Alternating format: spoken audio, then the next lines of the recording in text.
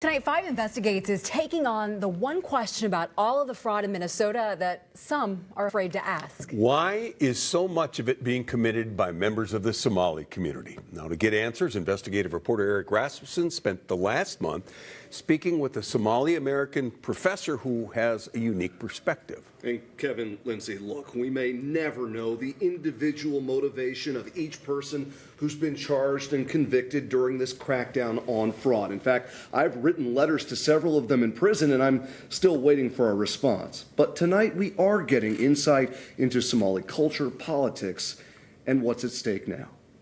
I think it's a genuine question that some of our viewers have, but maybe some are afraid to ask because they don't want to be perceived as being racist or biased. I think they should ask. I think they should ask. For Dr. Ahmed Samatar, the numbers are undeniable, from food to housing to autism. Asha, anything you want to say to taxpayers?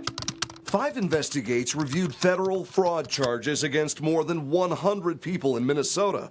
92 of those names, nearly 87%, Somali. Why are we seeing all these Somali Americans swept up in this? Well, there is, I think, as an academic, we have studied this society for a long time.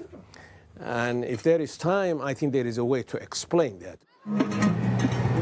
Samatar says you have to look more than 8,000 miles away and more than 30 years ago, after civil war and the collapse of the Somali state.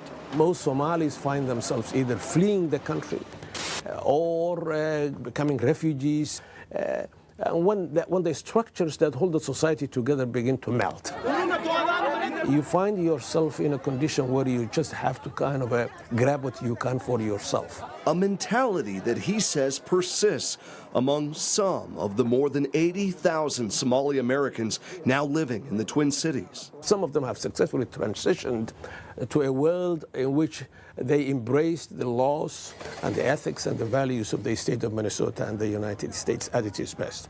But there are many who are still floundering. People really retreat to kind of a self-survival in many ways.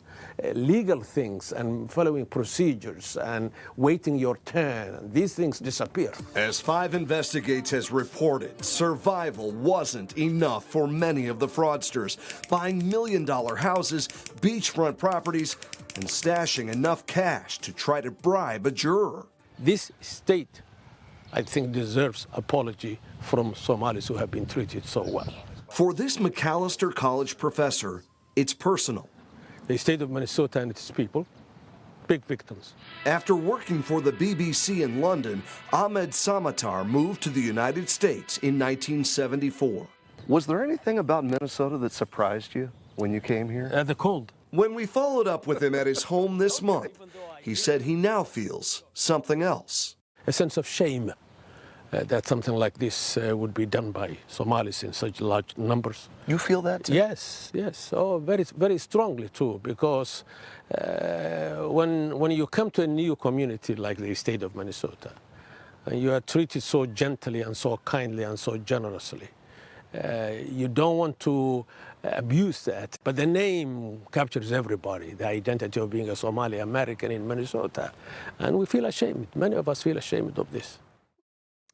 And of course, Samatar reminds us that fraud is not exclusive to any one group of people. In fact, when we looked at people charged by state prosecutors with Medicaid-related fraud since 2019, less than a third of those defendants had Somali names. Again, context important in all of this, and you can find my extended interview with Dr. Ahmed Samatar on KSTP.com right now. Okay, that's Eric Rasmussen.